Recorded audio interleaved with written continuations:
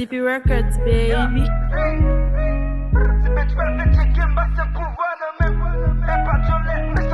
Nou gen pou n'vin chè, mi Mark Zuckerberg pral anvi acheten. E nan tele yo pral anvi gaden.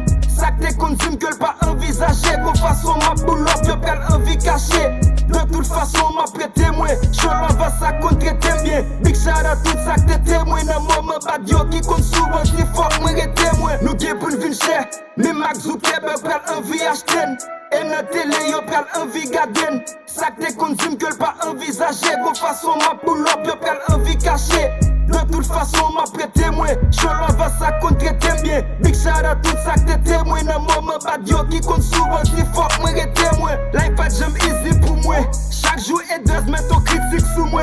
M'travaille all day pour changer chapitre. Même les pages qui comptent pas j'aime visible pour moi. Et pourquoi ma fight? Pour réussir frère et tout forme cabaye. Seulement pas percer pour m'percer. Même si m'ta gon persécution en bout d'âme. Ah, yo met si m'rapiaille. Slide, victoire l'aime fin fait, faut moi fier. Travail social, faut moi faire. Plus mal fait que t'es pas v'lè camper en quoi. Tout n'écrasé, faut moi faire. Qui pour m'virer nos jets. Pour m'en faire c'est la babalea. Yo pralier les monsieur. D'un coup moi c'est locataire balea. Pour l'autre nos Ferrari. Yo pralé tonner pour jeune a fait la ri. Et pas John Lem pour m'checker du zè. Pour nan nos classico dans stade Real Madrid. Si bitch pral ve checker, m'a c'est pouvoir nan même. M'a gêtan pour yo seulement pour madame moi. Juste à checker easy.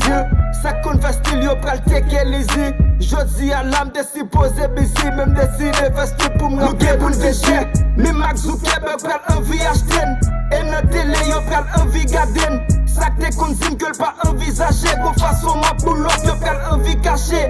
De toute façon ma prêté mwen, Cholon va sa contre tem bien. Big shout out tout sak te témoin. Nan moment bad yo ki kon souvent si fort mwen rete mwen. Nou gen pou n'vin chè, mi Mark Zuckerberg pral envie acheten.